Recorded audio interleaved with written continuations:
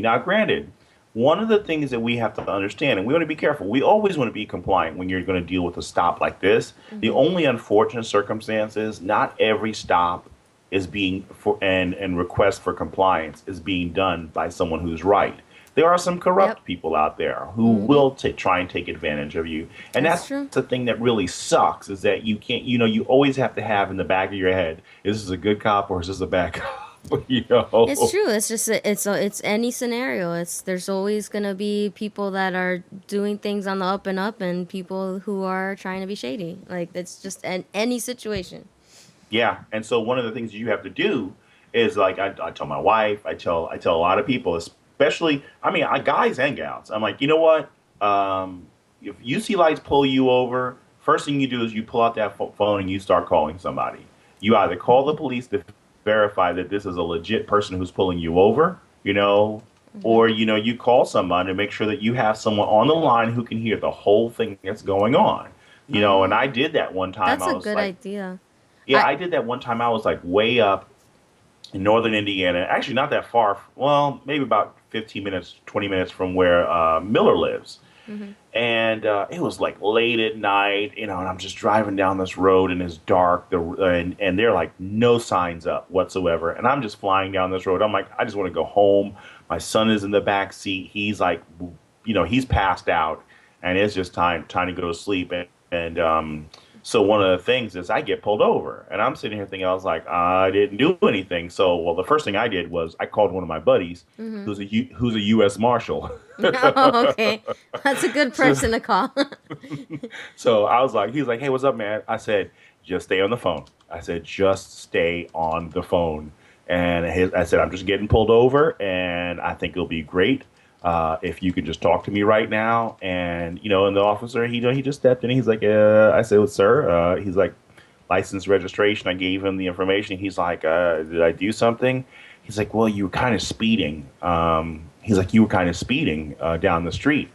I said, really? I said, where's this? I said, where's the speed limit sign? Because I don't see one. Yeah. And he's like, yeah, you're right. There's no speed limit out here. They're doing a lot of construction. It's behind a tree. No one sees a speed sign, And I was like, okay. I said, I'll slow down, man. I said, I just didn't see anything, and I'm like, I just want to get home. And he's like, so he kind of, but it was funny because it looked like he looked at the phone and I think the conversation went a lot nicer. But I think this guy was pretty cool anyway. But I Yeah. think it's a good idea to start up a conversation with somebody right then and there to make sure you're covering your butt. Well, the only thing that I ever did, whenever, well, in any Oh, situation, hold on a second. Are you ready to share this on air? yes, yes. No, okay. it's every time when somebody goes to pull me over, is I make sure I go to like a gas station or something Mm. like that where there's like lights and stuff. But one time this happened, it was right like where it's like the middle of nowhere where it's really dark and there's nothing. So I kept driving until I got to the gas station.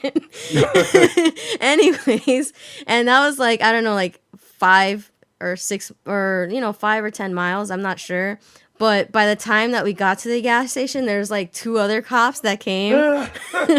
But then the lady was like, "Why didn't you stop? Why didn't you stop?" I was like, "I wasn't stopping back there. It's dark." yeah, really. I'm like, "I went to the gas station. I'm sorry, but I went to the gas station."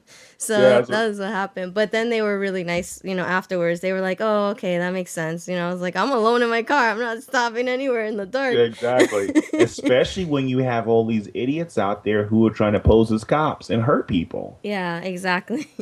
Yeah, so no, that's I can see this.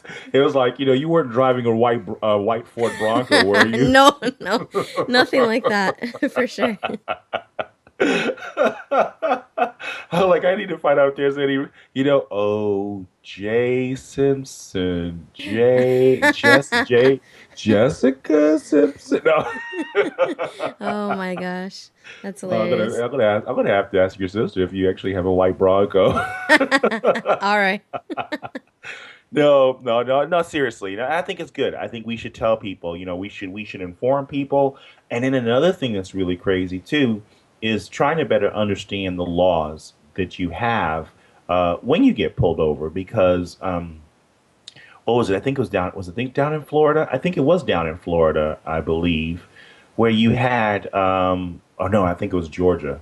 One of the NFL players was pulled over, and he turned around and he had his weapon. I think it might have been up under his seat. He had a license to Mm-hmm. carry his weapon, so it was registered. Everything. The only problem was I don't think he had it properly stored. Yeah. And so, he gets in trouble for Mm-hmm. not properly storing it. But here's the problem, though. It wasn't in plain sight. The weapon was under the seat, so it had to be found. Mm-hmm. And so one of the things that they're saying is, you know what? If you know that you're not doing anything, just be respectful when they ask you to search your car. I know a lot of people say, well, if you got nothing to hide, then there's if you got nothing to hide, then don't worry about it. But it's like, again, That's not 100% true, obviously, either. exactly. Yeah. So it's kind of like, well, so I mean, and he wasn't doing anything wrong. He just didn't. He did not store his weapon the right way. He was the only person in the car, and turns around, and now he's in a lot of trouble. Mm-hmm. So they say don't give consent to search if you know that you've done nothing. You've done nothing wrong, but you kind of got to be nice about it. Kind of like I don't know if you've seen that Chris Rock video that talks about how not to get your butt beaten by the police. Oh, yeah, I have. I've seen And I think that's the problem is that here we are, from the earlier story about the pastor who basically was just, the reverend was constantly just slamming on the police for just being, just intentionally shooting and trying to kill, unarmed black people. And it's like, but, well, what's your attitude when you confront the police officer? Are you being a wise ass or are you actually being respectful about it? And so that's that. my thing is it's like, until you're in the experience, you don't understand what's going on. Sometimes it's just better Well, that you, well, huh? a good example of that I saw in one of the judge shows. I don't know if it was Judge Judy or one of them, but basically, one of the people who actually had the reason, like they had their case was right, and but they had such a terrible attitude, and they kept talking back to the judge and everything. The judge was like, "I'm throwing out your case," and just so you know, you were actually gonna win this, but you couldn't stop running your mouth. Wow. So that's, like you didn't want to listen when I was trying to ask you questions and you kept just having arguments and you actually were going to win this and I'm throwing your case out. So good luck. Yeah, and that's my thing is it's like I'm sitting here thinking, you know what? Why don't you guys just chill out, be quiet, get through the annoying experience, and hopefully, if everything goes right and it's seemingly like you're going to win, just shut up and just get it over with. Yeah. Granted, again, I don't like my rights being violated, but you know what? Being a wise ass is not going to make the situation any easier. Nope, And, not at all. and and I know that there are a lot of people who are pro, and trust me, I am so pro Second Amendment, it's not even funny. But then they get pro, what is it, the fifth, is it, no, the fourth. The Fourth Amendment is protecting from illegal search and seizure. And so they go like really quickly to that, and they just go crazy and like you can't do this and you can't do this. I'm like, calm down, don't freak out like the person who's about to bomb the airplane. you Yeah. know, just take a breath. Take it easy. Is it an uncomfortable situation? Yes, but Hmm. if we all remain calm, everything could probably go a whole lot better. Yep. I just what the thing that annoys me is just as bad as it is for the people who get out there and just say and do stupid things and they ruin it for the rest of us, like this mother who was completely irresponsible Negligent. with negligent with not locking up her the weapon, and now this baby is dead. It again, constant examples of people not using common sense and making matters worse for everyone else. And I think that I think it's really a time of common sense. We're getting into this age, and I mean, even over the next couple of years, as we wait to see who's going to basically be our next president, and hoping that we can see a reversal in a lot of the nonsense that's been happening in America. I just hope that people will really start waking up and get growing some common sense, because it's just rather unfortunate to see All the stress, all the nonsense that we're dealing with right now is because of the fact that people don't want to take time and breathe and just respect what other individuals are going through. Mm-hmm. I know there's like a long loop around even what we talked about in the beginning between the Moores and the Rogans, disrespecting Kyle and his family. Yeah. One of the cool things that was really good too, if you get a chance to hear the interview, and even in what just seeing what's in the book is talking about the wife. Oftentimes you talk about see, but I don't want to talk about the movie. So okay, so just ixnay on what I just said, All right. because I don't want to give it away because there's just so much that I think that you're going to really enjoy, when you watch the movie.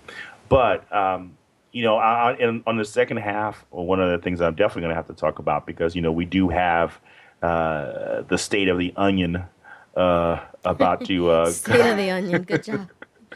we have the state of the onion about to come on, and I tell you, it's it's just I'm just tired at this particular point, and it's kind of weird, just because I want to record. I'm tired of listening to him because he always lies. Yeah. Um, but at the same time, too, is like I think I need to record this just in case people try and delete it and say it never happened. Uh, Or 'Cause I mean, twist it. The next day the words are gonna get twisted. Like, okay, well, he said this, but he really meant the opposite. Sure, sure, I believe you. ex- exactly. And everybody, if you those listening, if you want to call in, the number is 412-567-6879. You can chime in if we said anything crazy, and we'll definitely be talking about if you want to join us when we talk about the stain of the onion. You're more than welcome to do that. But it's true. They're probably trying to twist it around, and it's funny because there's a couple of movies that talks about like these. I don't know. Have you ever seen Undercover Brother? Oh, I think I did. I'm not sure. It sounds familiar. Yeah, it came out a long time ago, and it was I think his name was Eddie Griffith, and he had the big afro. Yes, I did see that. Oh my gosh, I remember now. Yeah. You know, it's so funny. Uh, okay, so bear with me here. I have a lot of people who constantly get on me and they think that, everybody's aggression against Obama is because of the color of his skin rather than his policies. Mm-hmm. And, sometimes I think that when they're looking at Obama, and man, mind you, there are racists who are out there. You remember Billy D. Williams' position where he did the Colonel's chicken? And it was Oh like yeah. Colonel's fried chicken. Uh-huh. And I was just kind of like, it's like that's the kind of person that I think some of the racists will turn around and actually see him as. But I mean, one of the things that I'm hoping people will be able to get through when we start seeing what's going to happen, and we're going to talk about this on the other side, is this whole idea is no, this isn't the black guy, this isn't some kind of ignorant guy. A lot of the things that he's doing is calculated, and it's rather unfortunate because there's far too much collateral damage, lives that are being affected, people whose lives are being ruined right now because that he tries to play the victim like Billy D's Colonel's Fried Chicken. But I Mm. mean, at the same time, too, when we look and see exactly what Obama's doing, a lot of his things, it's not about an issue about color.